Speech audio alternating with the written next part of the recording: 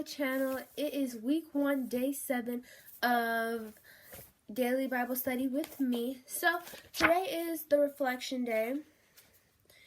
So what we're going to do, it says catch up on any readings you've missed. But if you haven't, and then also, answer the questions that come with this week. So I'm going to read the purpose. I'm going to read this part, which is the purpose of us reading the chapters we read. So it says, my purpose is to encourage the encourager today. While you focus on the needs of those around you, remember that God has not forgotten about you. He hears your prayers and remembers your heart's desires and struggles. He posed the question to Abram in Genesis 18:14, is anything too hard for the Lord? And the answer is that there is absolutely nothing too hard for God. Ephesians, I don't know if I said that right, Ephesians 3:20 says that God is able to do exceedingly abundantly above all that we ask or think according to the power that works in us. There's nothing you could think of or ask that God cannot do. In the story of Sarah and Abraham, God told Abraham that he would make him a great nation, and from him all of the families of the earth would be blessed. This was during Genesis 12:2-3. This promise probably didn't make sense to Abraham at the time because he and Sarah had no children, and well into their senior years, they thought they were too old. In chapter 16, Sarah still hadn't had a child yet, so she took matters into her own hands and decided that Abraham should sleep with her maid, Hagar. Abraham and Hagar had a son named Ishmael. God allowed it, but he did not ordain it. You must be mindful that when it comes to the promises of God, you shouldn't take matters into your own hands. In chapter 18, God made Abraham and Sarah a specific promise, one that didn't make sense. The odds were against them because of their age. Abraham was 100 and Sarah was 90 years old. By this time, it had been 13 years since God made his original promise in chapter 12, and they had seen no signs of the earlier promise. What do you do when you've waited so long and somebody is telling you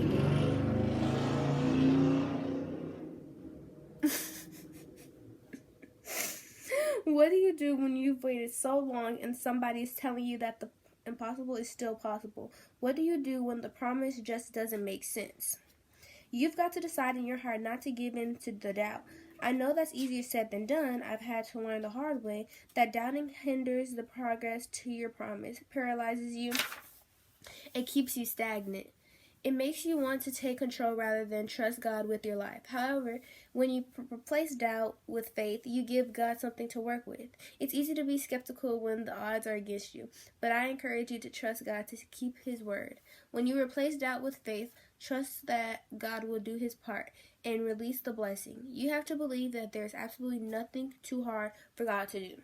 So that was the purpose of us reading these chapters this week on all of our daily reads. Remember, we started at Genesis 1 and went all the way to Genesis 21. There's still a few more chapters in Genesis, but I'm pretty sure that will come in a later week since we are reading the entire Bible. It's probably going to come up at different parts. So, now it says points to ponder. Let me get my pencil because this is the part where we will be writing down our answers and what we think. So, first question is, when you were faced with an impossibility, how did you handle it? After this lesson, how will you handle those impossibilities going forward? Okay, so when you were faced with, I'm going to answer the first question. When you were faced with an impossibility, how did you handle it? When I'm faced with impossibility, I tend to handle it by just thinking about what I could do.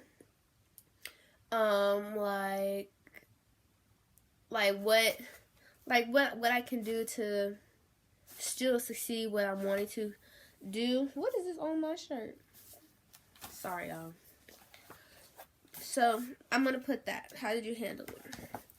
I tend to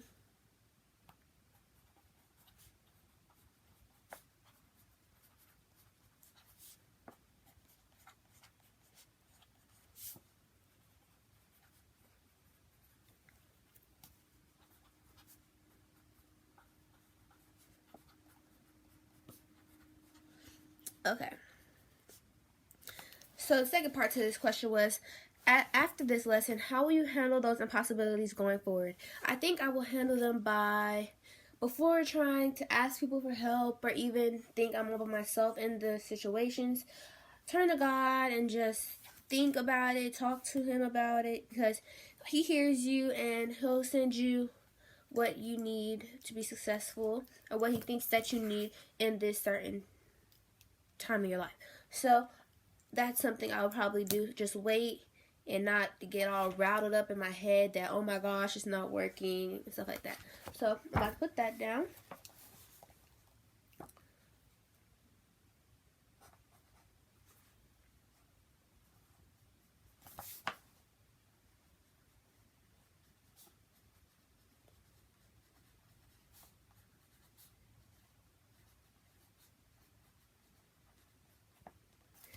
Okay, next question.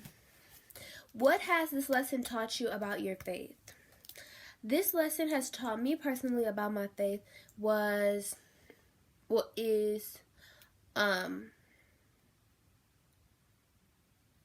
that your faith has to be strong in God in order for you to succeed. So in this thing, Abraham did challenge God and asked him a million questions about what he's going to do and stuff like that. Like, he wasn't trusting that what God said He was going to do for him and Sarah, or just for him and certain different things that he went through. He didn't believe. He kind of was like hesitant to believing what God was saying.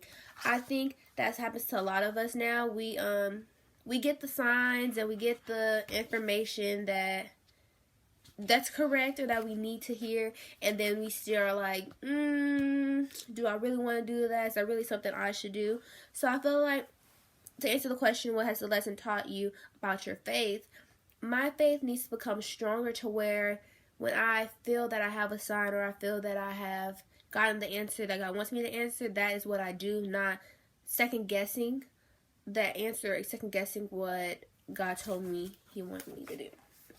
So that's what we're about to put down for this question.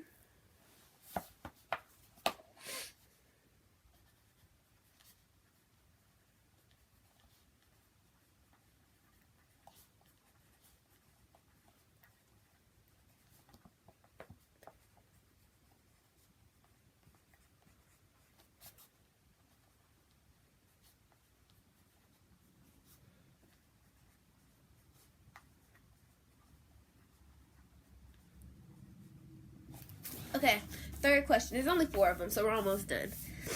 What areas have you discovered where you are strong in faith? What areas have you discovered where your faith needs to be strengthened? What areas have you discovered where you are strong in faith? I can't think of one off the top of my head where my faith was strong. Excuse me. What areas have you discovered where you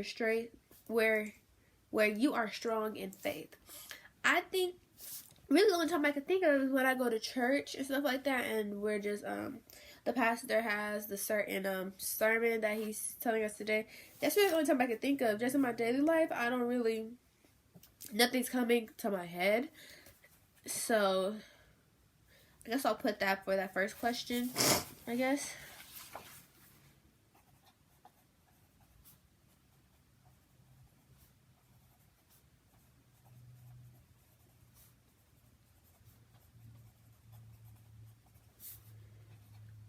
Okay. This says, what areas have you discovered where your faith needs to be strengthened? That's really all my areas. All my areas need to be strengthened. I don't really think I have any. Yeah, like nothing's coming to my head. Okay, 4th question, also the last one. After this lesson, what are some impossibilities that you will commit to prayer? After this lesson, what are some impossibilities that you will commit to prayer? So I think that's asking me, like, what are some things that I'm going to pray about? First I'm going to just see how I can get my faith stronger.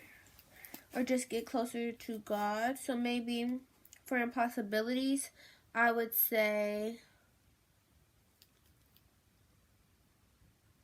after this lesson, what are some impossibilities that you will commit to prayer? Heavenly Father. I'm trying to think of how I can, what am I thinking of? Sorry. And I just woke up, y'all, so I know I look a little cuckoo. After this lesson, what are some impossibilities that you will commit to prayer? I guess, some impossibilities.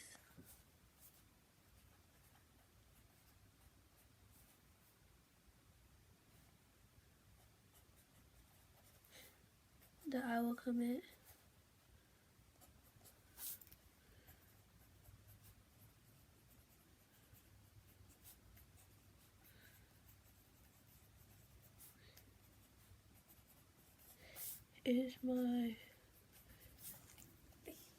I think right now all I'm going to focus on in my prayers is trying to gain my faith, get my faith stronger in all aspects of my life, and to continue to stop second guessing when I get certain parts of my life, and just know that everything is for a reason. So that is the reflection day. Hopefully in the comment section down below, y'all will let me know how y'all answered these questions. I will put the questions up on the video, possibly. I'm not really positive yet, but I will do that if y'all need to just pause it and read it. Next week week 2, we are still on Genesis. We'll start with Genesis 22 since we stopped on Genesis 21 this week. So we will continue Genesis and finish all those chapters up. So yeah, hopefully you enjoyed this reflection day. Continue to grow your faith. I will continue to be here to help you guys, and we will continue to grow together. So it's actually Sunday at 10:34, so I need to go. It's time for almost time for church. So we're going to go ahead and get ready for that. I go to Concord Church, and it's online on YouTube and Facebook. They go live on Facebook and they go live on YouTube every service, 8, 10, and 11. So you can join that if you don't have a church home, and especially with COVID and stuff like that, they're not really letting a lot of people go in. So Concord Church, Dallas, Texas. But yeah, so that's all I got for this video. Hopefully you enjoyed it. Be sure to subscribe to my channel, like this video, and comment on good ideas you'd like to see me do, because I'm open to anything. So yeah, let's go ahead and let's go ahead and get the video. Hopefully you enjoyed this video. Bye!